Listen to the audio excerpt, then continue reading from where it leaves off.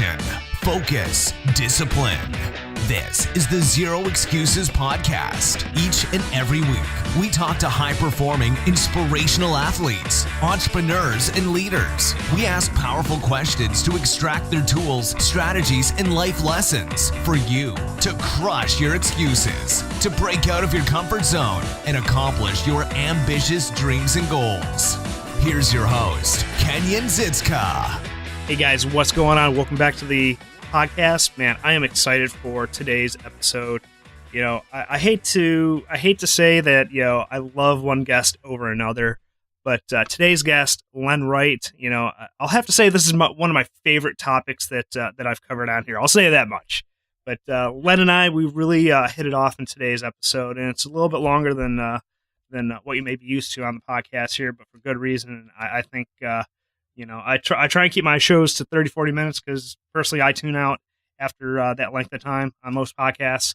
But I think this will be an exception to that rule today.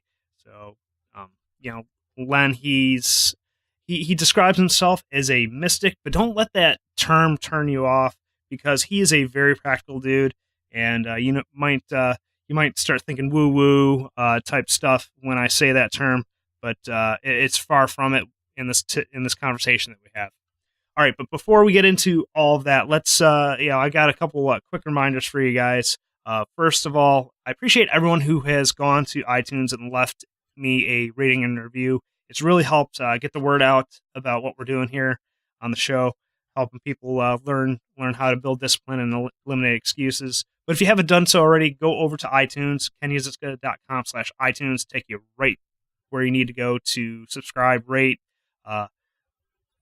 and leave us a review. And also, don't forget to share this with a friend or family member who might get benefit out of listening to these topics.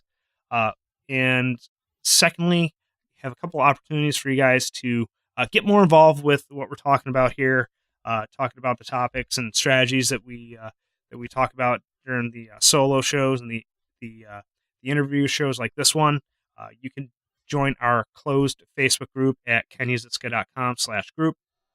Take you right to the Facebook page. All you got to do is hit join, answer a couple quick questions so I can get to know you a little bit, and then you'll be off to the races. That's not quite enough for you. We have a mastermind group, the Infinite Results Mastermind group. It's a closed or a tight-knit group of guys who are getting after it, getting the results they want, that are installing some customized solutions into their life, some customized habits and routines and tools so they can get the results that they want in their life. And if you need that one-on-one accountability and want to work with me in a more intimate setting, I have a couple opportunities, a couple slots open in my discipline coaching program. They fill up fast, so if this is something you're interested in and you're willing to invest the time, money, and energy into getting the results and living life on your terms, I encourage you to apply at kenyazitska.com/discipline. And also, you'll be able to schedule a 1-hour consultation call with me as just a token of my appreciation for just filling out the application, go over some strategies that you can implement right away. And if we're a good fit, we'll talk about how we can work together. All right, look forward to hearing from you. And without any further ado, let's talk with Len Wright. Len Wright, I'm really excited to be talking with you on today's show. I know this has been a bit of a work in progress to get ourselves connected here, but glad we finally were able to get our schedules lined up here to have this conversation. Yeah, I'm very stoked, Kenyon. It's been a while coming to this, and I think it's going to be a build-up for an epic show. Yeah, awesome, man. So you are big into mindfulness and consciousness, and you help people connect with their deeper purpose. So why don't you give yourself a quick introduction here? And I definitely want to dig into like how you even got into all this in the first place. Yeah, sounds good. I mean, I could take hours in the background as we all could, but a real quick, I've been in this stuff, if you like. How do we work? Who are we? What are we? And how do we actually reach our fuller potential? One of the first things I heard when I was a kid somewhere that we only use approximately up to 10% maximum of our brains, and there's 90% that we don't. That bothered me. It was like, Why? What's it there for then? And that really, that along with a whole bunch of other stuff, really started my search. I was raised in a very Christian, tight-knit. I was Jehovah's Witness when I was raised till I was about 26. I left that religion, that organization, and in doing so, I had both sides of our family, my wife and I, shun us and give us lots of lessons on how to be able to value ourselves in so many different ways. So it's been all my life really that I've been searching, but I would have to say it's been the past 3 decades, last approximately 30 years, that I've been intensely studying and practicing everything about the mind and how to access more of our power through it, which has led me down many rabbit holes, and all over the place. I've worked with some of the best people in the world, and I've also been able to gain a depth that's apart from mainstream, that gives me some information that goes a lot deeper into how we think versus what we think as being the answer. And so one of my favorite mottos is always, and I bring it up always, is become the walking question mark. Yeah. And so I'm a father, I'm a husband, as 2 identities out there, and I'm just turned 49. So it's been a great trip. I started off early 20s in something called neuro-linguistic programming, NLP. I took training from Richard Bandler and John Laval, and I started my quest there, and then it went into the hypnosis side, design human engineering, patterns of persuasion, and then I went off and did psycholinguistics and the different hypnotherapy models, and just continually add new tools and models of how to be able to shift consciousness within a person. And then on top of that, I'm huge into esoteric truths and philosophy. So added all of those together, really the path that I'm on now, if you have to have some sort of identity to it, which we usually do when we're marketing ourselves and everything else, would be a mystic. And a mystic really is in search for the kingdom that is within all of us, and being able to amplify their greatness and be in that image of the best as possible. Yeah, man. I mean, when I was getting ready for this interview, I was like racking my brain on like, well, how do I label Len here? And I really going through all that and giving people a snapshot of what you're about. And like we talked about pre-show here, like you and I kind of jive, with the things that we like to talk about. You kind of attack it from more of an academic standpoint. I'm more of a practical nuts and bolts. I'm a mechanical engineer by trade. Yeah. So I like that practical, find a tool, put it to use, see if it works well for you. But, well, you have to have the experience. See, nobody can actually change anybody else, really. Right. I can only guide and develop questions within you so that you yourself go seeking within you and you find it. It's a very different experience, and that's where many people out there are in that gap of sort of waiting for that next experience to happen with them so that they can actually know it, have a direct knowing of whatever that thing is, whatever that tool, whatever that truth is. So I agree, the practice and the application of all this material is absolutely a must. And when people aren't getting the results, that's usually where it's tracked back to, is their actual practice of it. If you think about it, during your day, how many thoughts do you have of doubting yourself, doubting what you're doing, doubting another, negative in some way, shape, and form? I'm using little air volley quotes with my hands. So some form of downward spiral, something that's not going to build up. We have thousands of them every day, and yet at the same time, how are we balancing that out? By doing maybe one nice act of random kindness, if we're really lucky, if we're, by maybe saying something nice about ourselves. But when we balance the two out, when we weigh the two, there's where the results are going to come from, because we are the cause to absolutely every effect in our life. Yeah, most people kind of sit on the sidelines and kind of live in default mode, which tends to be negative. And we have to put effort into being positive. And I don't mean to say positive like filling ourselves full of crap every day, like kind of being delusional, but you have to like you said, be conscious of our thoughts and our thought patterns and be willing to re-engineer them. And usually it comes back to what I found is it comes back to a long-standing belief. I actually did a Facebook Live a couple of days ago that was titled, what was it? Be willing to question even the most commonly held beliefs. And that's not to say they're right or wrong. It's just you have to decide for yourself if it's right or wrong for you. And it sounds like you, like, I want to back up to, when you said you kind of decided to leave the Jehovah's Witness organization, like, what was that born out of? Was that kind of born out of what I kind of just mentioned right now, or was it something else? Yeah, there was a lot of things, really. I mean, when and I'm, I won't go into this deeply, but when you take a let's call them holy books, whatever they are, whether they're the Bible, the Quran, the Torah, the Bhagavad Gita, it doesn't really matter. All of them are written actually by mystics, so they are all written in allegory. When you read something that is written in allegory and actually try to make it literal, tragedy ensues. And thus you see a lot of our world right now trying to follow something in a misguided direction. And so that's where I was. I never felt it was 100% right, because a lot of the things that didn't make sense to me were just having blind faith, and that's it. And I'm not just an academic in that way. I have to have results for everything I do. I do not love the woo-woo. Unless you can scientifically come back and actually talk about it as well, then to me it's missing. It's just theory.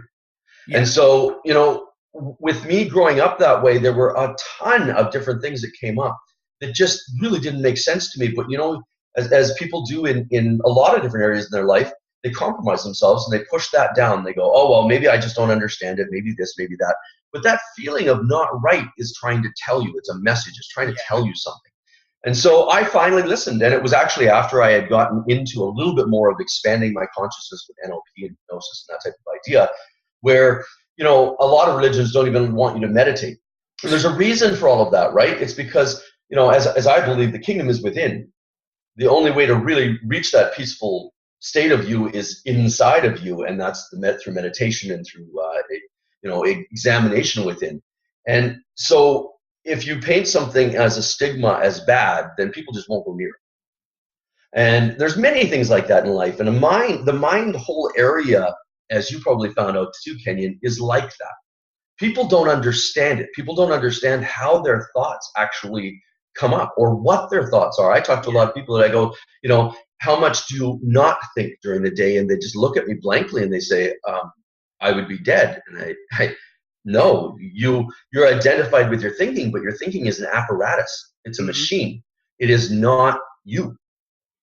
And it's like saying your arm, well, my arm has to move all day long. Why? Well, it's me.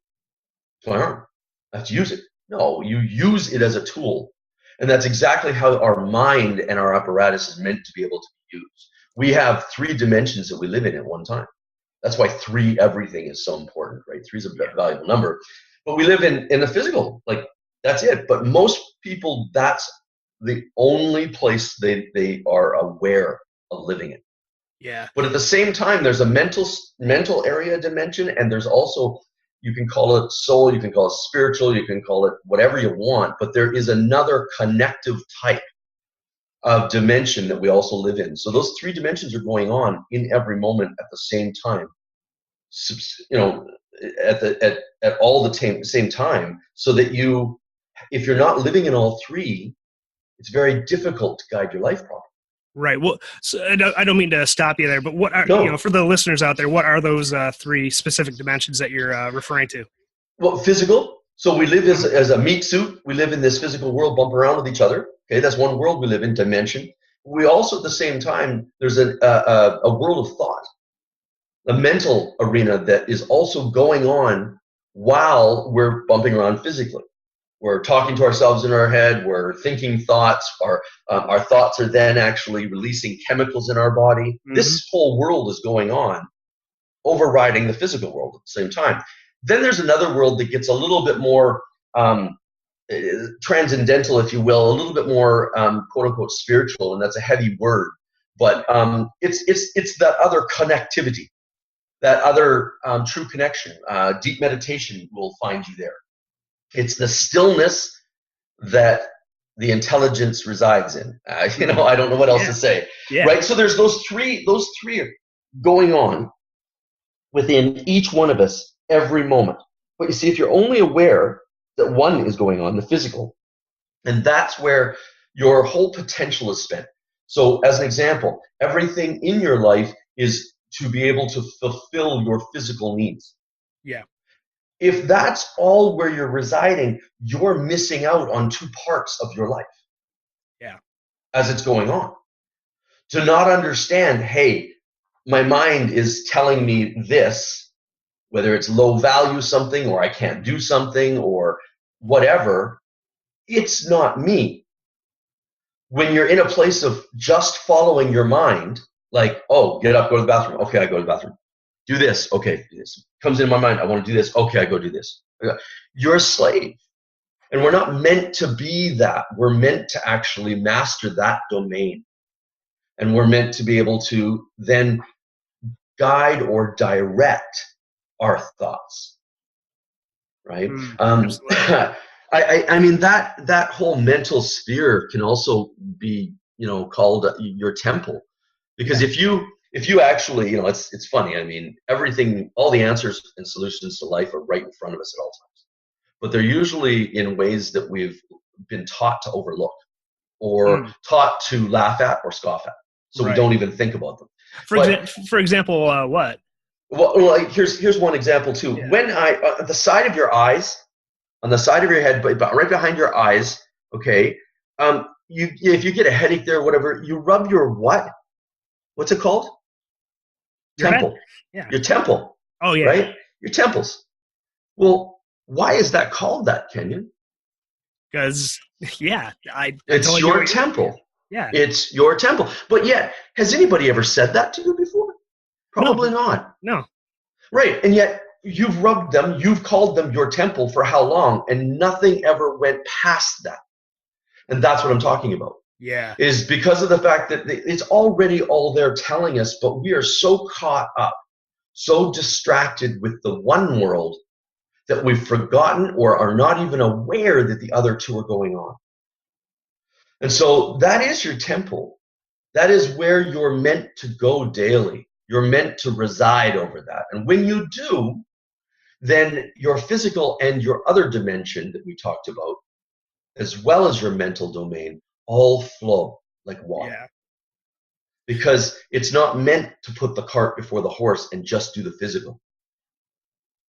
It's meant to do the mental. Sorry. Yeah. Yeah, no, the comment I was going to make is like, there's like, I forget where I read this statistic, but I think if we compare the amount of thoughts that we have today versus 100 years ago, I think there's like a 5x increase, because we're just so bombarded with information, and just from a practical standpoint, we are so much more stimulated these days. And you see people with anxiety, and it definitely, I've noticed, at least personally, in the past like few months, I've gotten more sick than I usually have.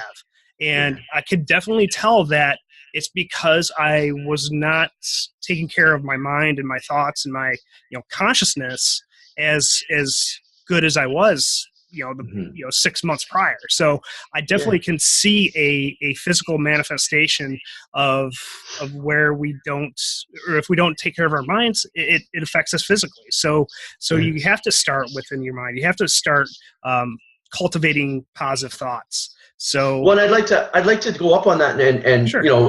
Because you mentioned before the practice of it and everything else, and we were talking about real results versus. I want to address anybody thinking out there that sure, think positive thoughts, and it's not about that at all. It really is not about that at all. That is such a surface Pollyanna untruth. What happens is there's a biochemical response to your thoughts.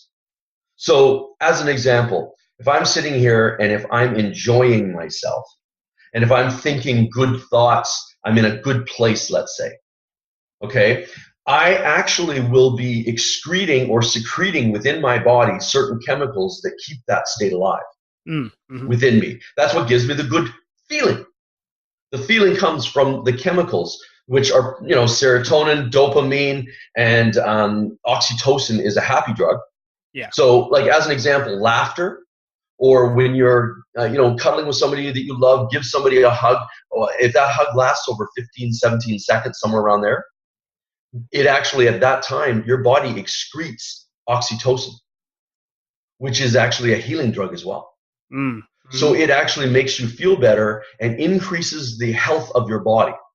When you have a thought of fear, when you're worrying, when you're upset at somebody or upset at yourself, anything to do with that, your body then excretes adrenaline and cortisol.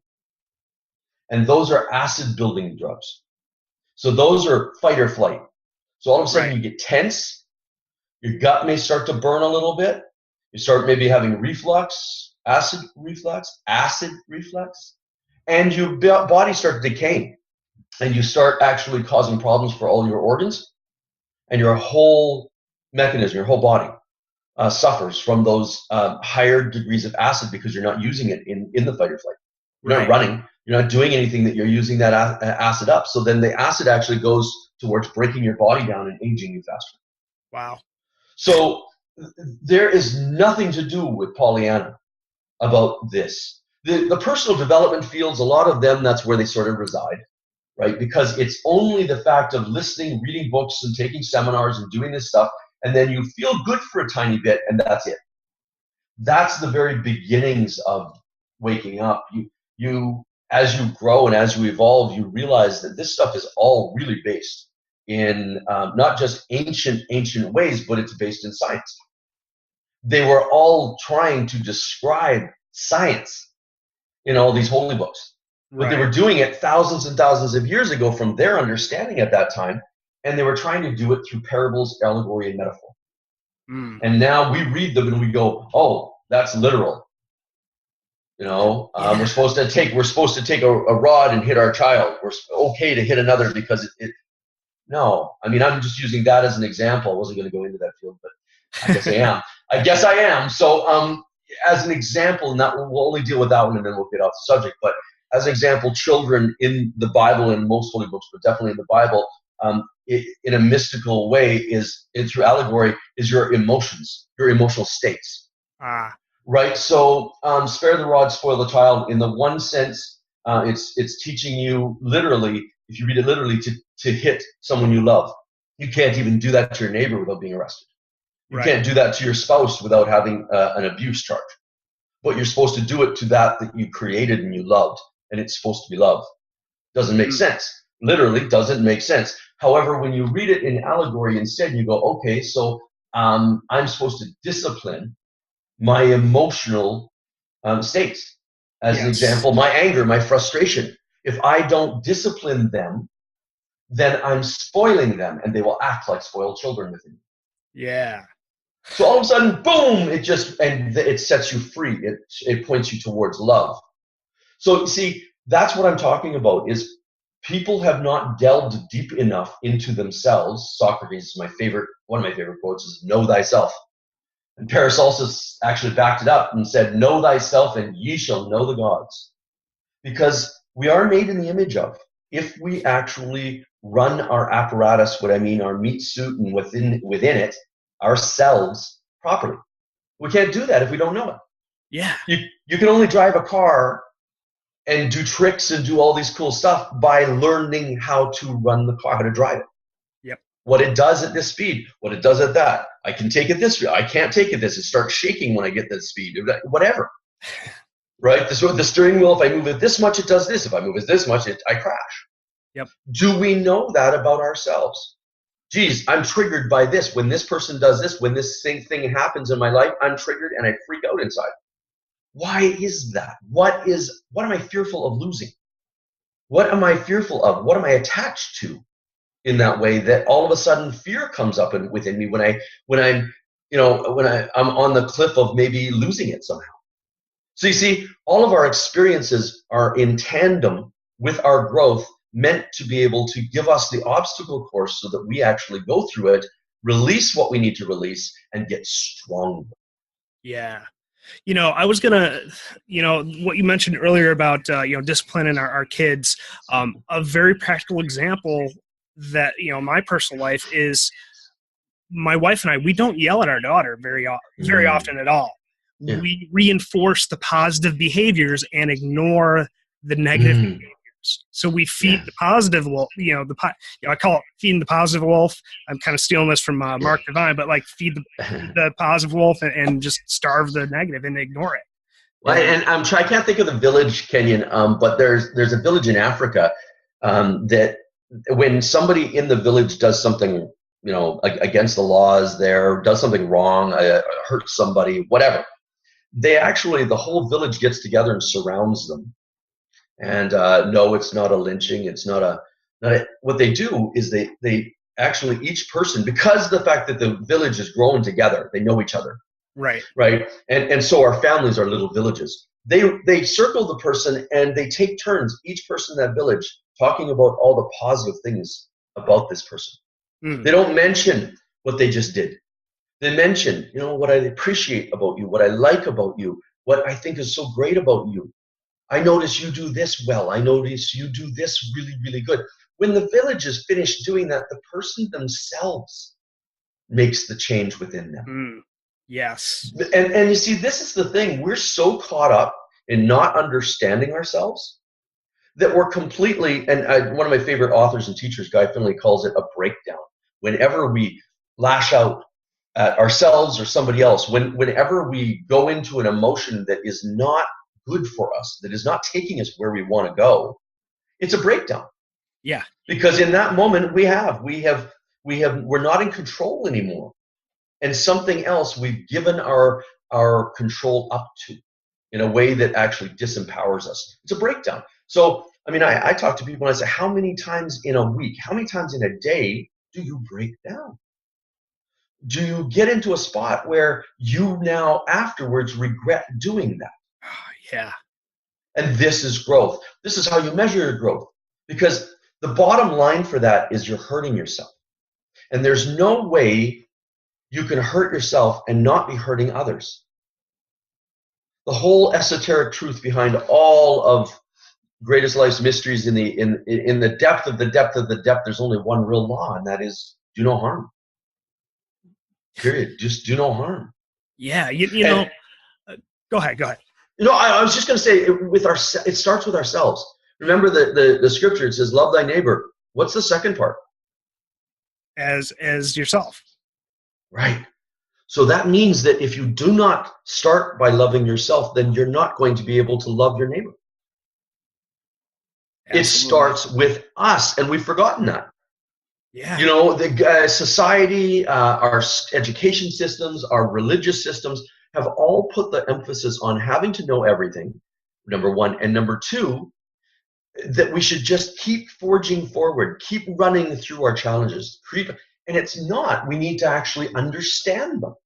Mm-hmm. You need to stop, pull back, and understand, why is this happening? Why do I believe this is happening to me? Because absolutely everything in your life happens for you. It's just the perception of being able to see how it's happening for you. Because when we're in a tragedy happening, when we're in something that's rocking us, that's the hardest thing to see. Mm-hmm. All we see is how it's not for us and how we do not want it to be happening. And that's called resistance. And when we're in resistance, there is no way we can learn. We take ourselves out of the learning seat when we're in resistance. So as soon as you say, I don't want this, you can't learn why it's here for you. Right. Right. So that's so powerful. You need to stop and you need to go, okay, so every fiber in my being does not want this. Every fiber in my being is, but I gotta put that down for a minute and go, what could this be happening for me for? What is this trying to make me see about myself? What is this trying to teach me about me? If I'm losing something, so-called, quote unquote, losing it, a relationship, money, whatever it is, how was I holding on to it before? How was I holding on to it so tight, attached, that it was unhealthy for me? And now this experience is showing me not to hold on to things like that, not to get attached, but to love. Mm-hmm. So everything in life is trying to teach us about knowing ourselves more. Yeah. But if we're only living in that physical, all we're seeing is what the event is performing around us. So you see the person freaking out in front of us, say, as an example, or freaking out on us in some way, yelling, doing whatever they're doing. And because we're not in those three dimensions at one time living, we then get back into the conflict with them. We jump into that same level of energy and we somehow defend or we go back at them. Yeah. But the three levels of living at one time would stop and go, this person is in absolute so much pain. They are suffering in their life so much that they are breaking down right now. Yeah. Yes, they're projecting towards me, but it has nothing really to do with me. And look, I'm saying if we were a jerk to begin with and everything else, we got to look at that. That's I don't mean that, but the person's behavior is not our behavior. We don't have to accept it as ours. Buddha said, if someone offers you a gift and you decide not to accept it, who does it belong to in the end? And that's with the person's behavior. If they're giving you anger, there's no reason you have to get angry. There's no reason you have to defend. That's what they're doing. That's fine. I mean, hey, I'm sorry you see it that way. Like that must hurt. Yeah, my wife always comments to me that I never get angry or emotional, and what you just described, like I was having trouble putting it to words for her. I'm gonna have to play this clip, for her to explain that, because that's exactly my mindset around getting emotional. And there are some times when emotions may serve us, but 9 times out of 10, the question I always ask myself, am I going a week from now, am I going to be glad that I yelled at this person, or I got upset at myself, or what? Like, that's my litmus test. Like, am I going to be glad I made a big mistake about this? And that's fantastic. No. So that's fantastic, Kenyon. Yes. Another bigger question I say along with that sometimes as a litmus test is if everybody was to do what I'm going to do, if everybody in the world acted this way, said this thing, thought this way, reacted this way, responded, if everybody in the world did this, would we be a more peaceable, loving world? Yeah. Right. But you're right. And that fail-safe, that stop or governor, if you will, is from doing the work before. Yeah. So you said, emotions are wrong.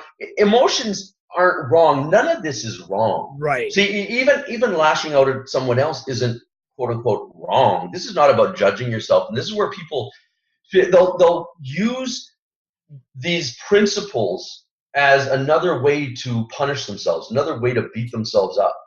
Oh, you see, I failed again. I fall. You got to understand, falling is a part of the process. You can't rise, you can't get up without being down first. There's no getting up if you're already up. Yeah. Right? Like if you went to the gym as an example and you were actually doing weights, say you were doing a dumbbell bench press, and all you did was leave it up there where it is. There's no down and then up movement. Right. There's just the one, you wouldn't grow.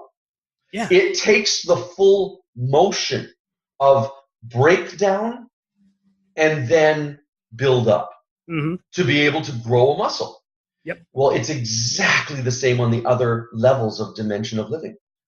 Yeah. What works in the physical will work in the mental, will work in the spiritual. Yeah. So in that way, you need that tear down. So instead of beating yourself up about it, it is all about understanding, loving yourself through it, and learning. Yeah. And one of my other big beliefs is like there's no good or bad. Events are just events, and the only thing that they mean are the meanings that we place on them.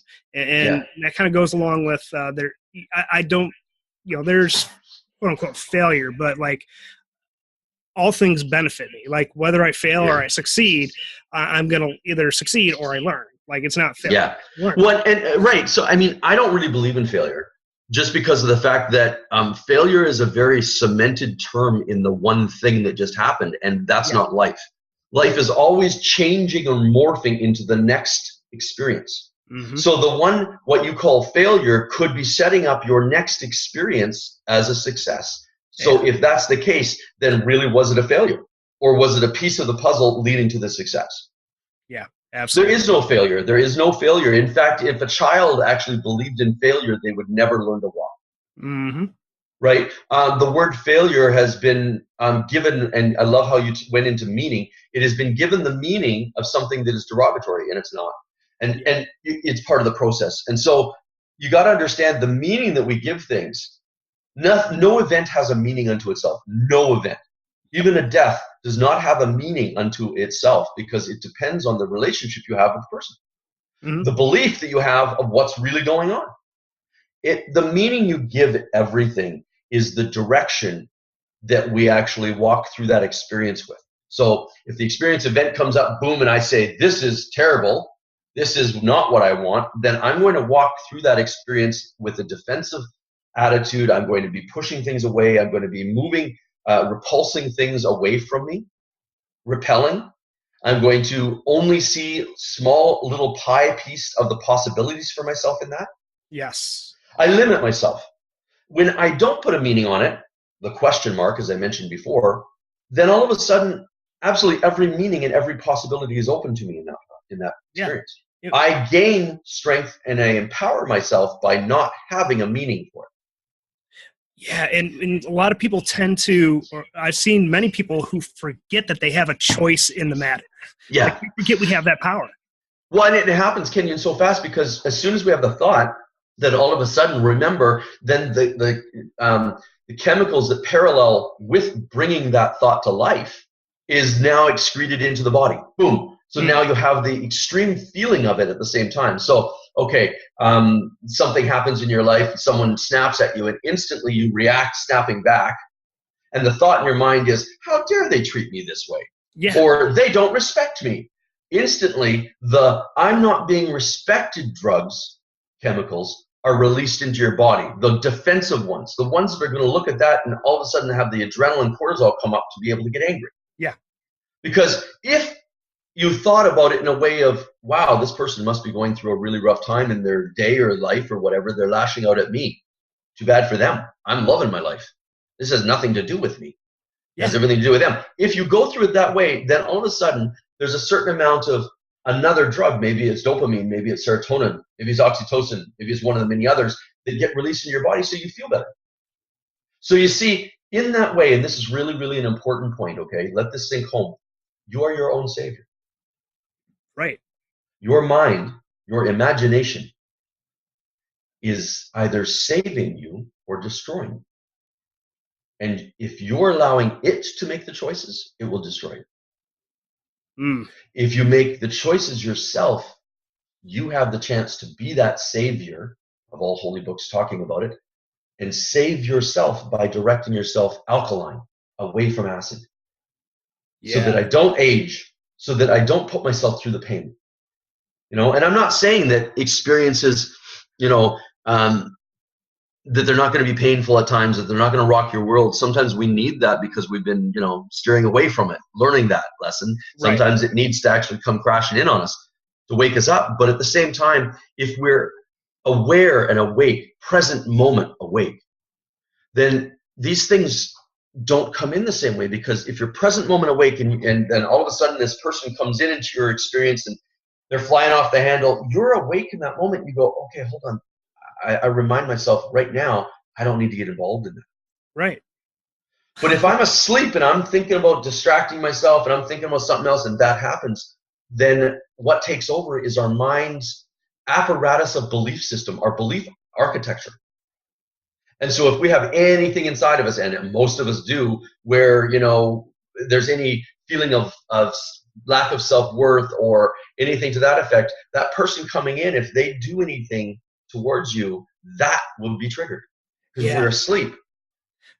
So my next question is, like, one of my kind of acronyms is like, beliefs lead to your emotions, emotions lead to your actions, actions lead to your results. Do you find that beliefs are kind of the foundation, or is there something? Thought is start it all. It's thought, word, deed, right? Thought, word, deed, and it's exactly what you said. See, our thought starts something off. And our thought is usually directed by what we believe. So it's sort of like guardrails, if you will, or governors. Yeah. You can't go into another belief if you're just a mental slave and the belief comes up, you just won't react to it. Mm-hmm. You don't, when you're consciously aware, the belief may come up and you go, hold on, this isn't serving me. Where did I even get this belief from? Where did I accept it? Who did I accept it from? Yeah. And it's funny because when we go back into situations like that, we're almost always the person, the place, the event that we accepted it from. We would never willingly accept something from that person or event. Yeah. But we wouldn't go to them for advice. It's usually somebody that was a bully, somebody that was saying something out of turn because they were messed up inside or they were in pain. And so a lot of these things, if we're just running on automatic or cruise control, that's what's running us all the time. And our events are filtered through, our meanings are filtered through our beliefs architecture, right? So if we're questioning and if we're examining them, our architecture is continually being renewed. I don't need this belief anymore. That's not me. Yeah. That's not me. That was, how did I even accept that? Okay. And it's enough sometimes to be able to shine the light on that where we just go, okay, I'm done with that. I don't do that anymore. Mm-hmm. It may come up a little bit, but it doesn't have the same hold on us. Yeah. And that's evolution. Absolutely. We wouldn't be sitting here having this conversation on a podcast if I didn't do some sort of deep work, because one of my long-held beliefs is that I was a shy, quiet person, because lo and behold, I kind of started, digging into that belief. Is like, where did I get that from? I got it from my grandparents and family saying I was just like my dad, the shy, quiet, kind of stoic type of person. I was like, yeah, like, I'm cut from the same cloth, but I don't have to, right. That doesn't have to serve me. Like, I don't have to be that person anymore. Yeah. I can still be kind of the introverted, shy, quiet person, but I still can hold the conversation. I still can be social. I still can, maybe step into the spotlight every now and again. What a win. Okay. What a win for you, Kenny. Yeah. That's fantastic. Good for you. And really, we're going into talking about identity work, right? Yeah. Because we tend to identify with the things that we do in our life, the certain roles that we play. I'm a husband, I'm a father, I'm an engineer, I'm a this, I'm a that, I'm a mystic, I'm a this. They're not who we are. They're not who we are. They're things that we're doing at the time. They're interests we have. They're responsibilities we may be taken on. But it's not us. It's not who we are. And to search beyond that and to find out a deeper and deeper and deeper level of who we are is why we're here. Yeah. And we do it through our experiences. We do it through our bumping around in the events that we have in our life. Each one is meant to be able to shine the light on a piece of ourselves that we're maybe not seeing. Mm-hmm. And when we start seeing that as that, the flow in our life increases dramatically. We become like what Bruce Lee said, be like water. Yeah. And we flow through life. Right? The meaning we place on things is very important, though, and the identity, because really both things they're the same thing. They're a definition of what's going on or who we are through it. And we're only coming from the belief architecture that we have currently that reflects or projects that meaning, that definition, that identity. Yeah. And it changes. I'm a completely different person, believes everything than when I was 20 years old than when I am now. Yeah. So what was truth then? Was I not being truthful back then? No, that was my truth at that time. Mm-hmm. Am I not being truthful now? No, this is my truth now. Yep. So when you realize that truth is really arbitrary in that way, and beliefs are arbitrary because beliefs can change so much, we tend to then have a lighter path to walk in life where we're actually doing no harm because we're not going against everybody's free will by don't do that to me. You're doing this to me. You're blame. And it's all this blame game of an external living. Yes. And that's where you get caught in that physical world because it's only the external. It's only one world. Whereas at the same time, there's a complete bigger, larger, more powerful dimension going on, level of life within us. Yeah. Because no matter what experience is going on, even right now, as we're talking, there's an internal world going on within you and within me. Mm-hmm. If you're not aware of that at the same time, then you're just being run like a puppet. Yeah, and like I said, we forget we have all these choice and a lot more things that than we think we have. And Yeah. you know, I was born and raised Catholic, and you know, I'm not against any religion. I'm not against any Yep. system. It's like you got to find what works for you. And really, I think life is a lot more. Me personally, I think life is much more simple than we make things out to be. I'm a big believer in don't be a dick. Like, yeah. Can't get and like just become the person you were meant to be and fulfill your own potential. And if you are a dick, right? You got to realize there's a natural nature has a failsafe, if you will, for that, and that's karma. That's or better termed, because karma is woo woo for a lot of people. Better termed, it's the principle of cause and effect. Yeah, it's a law that we live in. There's no chance really in this world. Everything is cause and effect that leads up to things. And so if you're being a jerk about something, then you are guaranteeing that someone is going to be a jerk in your life to you. And not only that, while you're being a jerk, you're in pain. Because you can't be, I mean, Ken, you know, answer this for yourself. Can you be at home, peaceful, enjoying yourself so much, just happy inside, and then snap at someone right away? Absolutely not. I call it 0 to 60, right? You can't do that. There's levels that you have to move through. Irritation, maybe annoyance, you know, all this frustration, and then you get to that, right? Yeah. But you can't just get to that destination unless it's already within you. It's already fired. The fires are already brewing. And that's where you see people where they'll be just looking normal and everything else, and they'll have a smile on their face, and then all of a sudden they'll be able to lash out at somebody or even themselves, or you'll just see the anger right away. And it's because of the fact that the other was fake, that this anger was already brewing. The fires were already stoked in them already, and that is the effect of the cause of being the jerk before. Yep, absolutely. It is. And then we were talking about this earlier in the conversation here in the podcast, where we were saying, you know, somebody freaks out on you, you got to look at them, and they're freaking out because they have a misunderstanding about life. They don't understand what's going on, and they're in pain. They're suffering right now. Right. Okay, so that's the thing. That person that's suffering right now is going through a cause and effect experience. They have caused this suffering within themselves by something they did, said, or were before. And so that gives them the regret, the pain, the suffering within themselves. So they're beating themselves up. They're doing whatever inside. They're already in pain. So all you're seeing is the eruption of the volcano. The lava was still hot within, always. Yep. It was just getting ready to blow up. Yeah, and so when you see that, you know, I was always one growing up where I was like, you know, you'd see somebody just be a complete fool, and you'd be like, oh, I sort of wish that something would happen right now. You could just see them get paid for that. Yeah. But what I was missing was I was seeing them get paid for it. They're in pain. I'm not. They are in hell, acidic hell.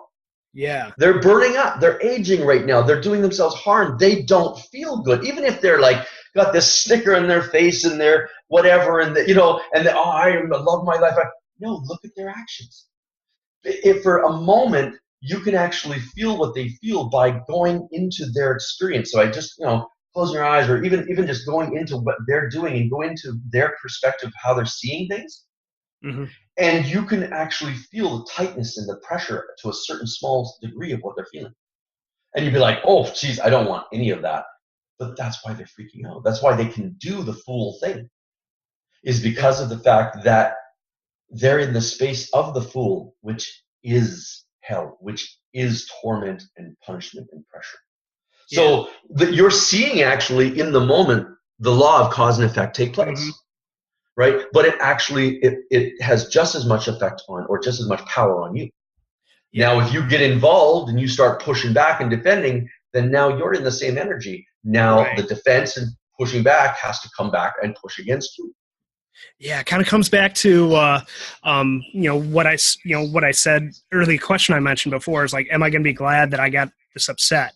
Right. And every time that I've got upset over something, I never said to myself, gee, this is a wonderful time. I'm having fun doing this. Like, yeah. Gee, this feels good. Yeah. You know, Yeah. Sometimes it feels good to blow off some steam, like when perhaps it's justified, but like even then, like It's never justified. Yeah, it never ends. It's never justified. Here again, let's go back to the science, right? Look at Bruce Lee. Did you ever in his fights see him tense? No, he's Or loose and fluid. Yeah, like water, right? Yeah. Okay, so if he got angry in his fights, he would automatically secrete the chemicals, adrenaline, cortisol mainly, that would make his body tight. That would then limit him in the effectiveness, the productivity of his fight. Right. It would actually take away from him. Yep. And this is what understanding yourself means. I'm not going to get involved in this person's craziness because I know that I'll have to pay for my actions in my life. So I'm taking control of me and realizing that's their world, not mine. Right. Go freak out all you want. Project. It does not mean you're a martyr and stand there if they're going to hit you. Right? I don't mean that, but I mean, we all know what the spouse, the friend, the person on the bus, the coworker freaks out, and usually we're triggered by it. How dare they treat me that way, or they can't do that to me. Whereas they're not doing it to you, they're doing it to themselves. Can't you see that? Yeah. They're doing it to themselves. They're the one that's in pain.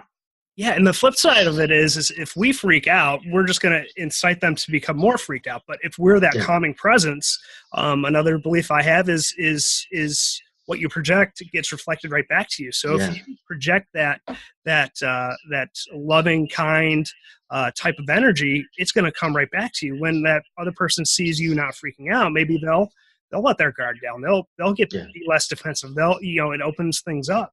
So it does. It's all about flow. Yeah. So, and that way.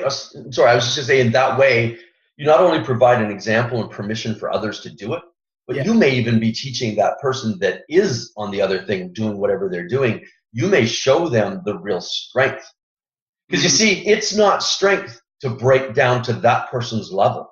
Right. It's not strength. It's like the person's next to you.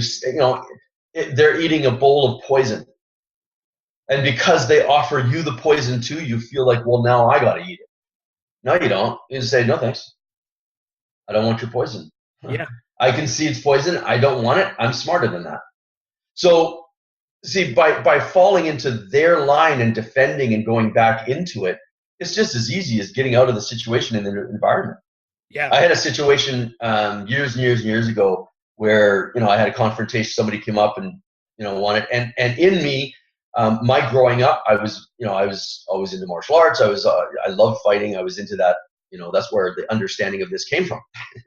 Yeah. I went through the experiences, and everything inside of me wanted to take the guy down because he was being a jerk.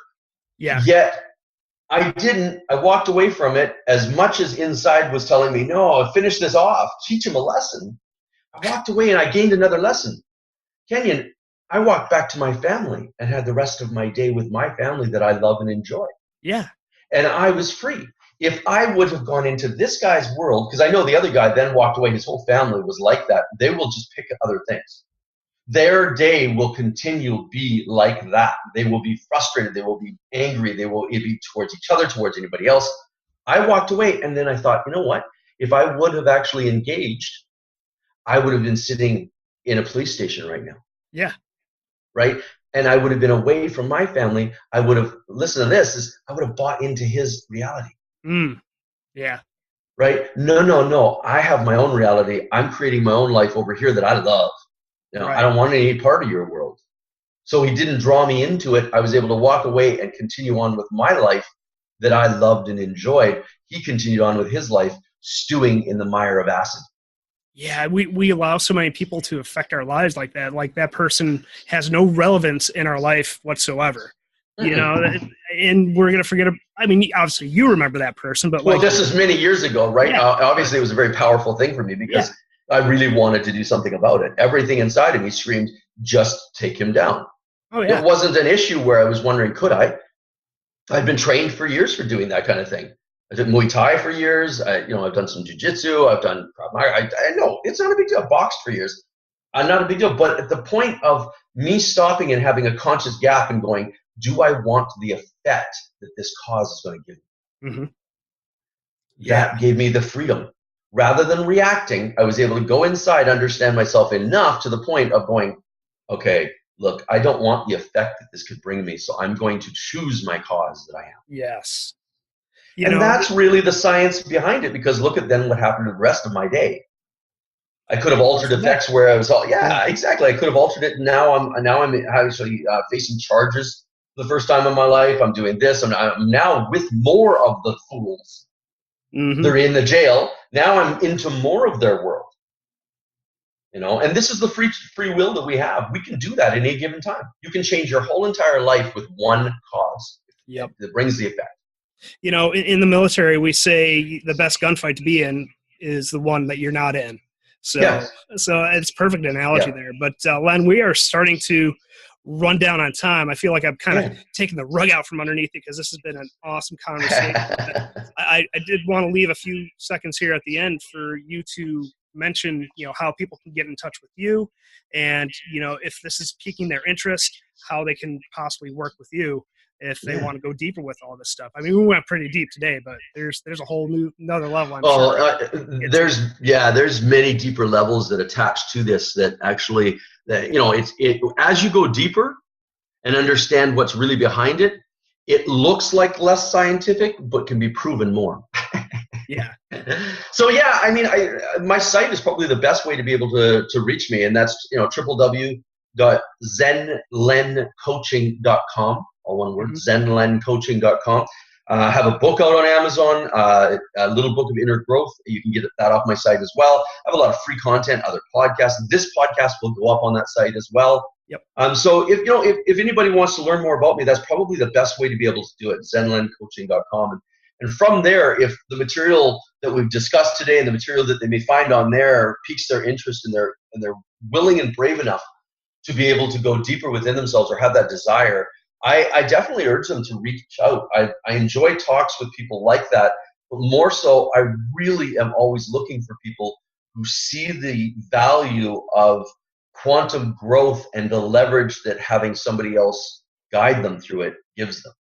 You can shave off years in cutting that learning curve, which usually the learning curve is pain. Mm-hmm. So I mean, get them to reach out, and I've enjoyed this, Kenyon, so much. I'm hoping that in the future we can actually do maybe a sequel to this and carry on further. For sure, man. Definitely.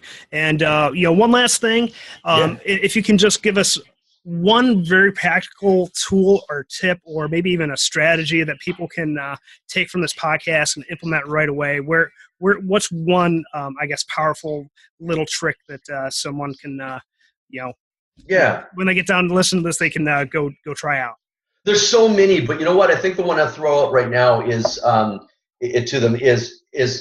want them to be able to take the practice of questioning and examining the meaning they place on things and the perspective they're coming from. So any event that triggers them, rocks their house in any way, shape, and form, I want them to instead look at it and this is what it looks like to me. This is what I think's happening. But from this other person that's involved, I want to sit and I want to become them, sit in their shoes for a minute and see the experience as much as I possibly can from their eyes, from their perception. What does that feel like for them? What does it feel like for the bystander? What does it feel like from this other perspective? And as many perspectives that they can see that event from, they'll notice each perspective has its own varying meaning, which then gives them the feeling of whatever that meaning is.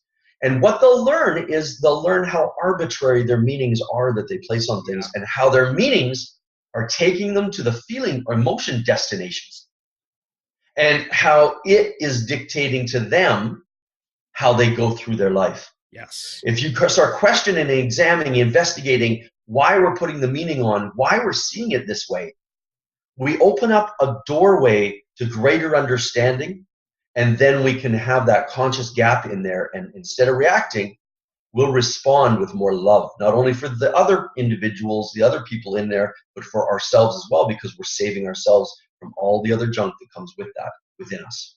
Awesome, man. Well, one thing I always say is like, if you don't like your reality, sometimes you just need to shift your perspective a little bit. So I'm sure that'll be powerful for everyone listening out there. And Len, thanks again for joining us today. Again, powerful conversation, and we'll look to do part 2 here very, very soon. Thank you, Kenny, and I really, really enjoyed it. It was great. Awesome, man. Thanks again. Peace. Thank you for tuning in to the Zero Excuses podcast. Join the conversation at kenyonzitska.com in our Facebook group. And don't forget to rate and subscribe to our show. We'll talk to you next week. And always remember, results, not excuses.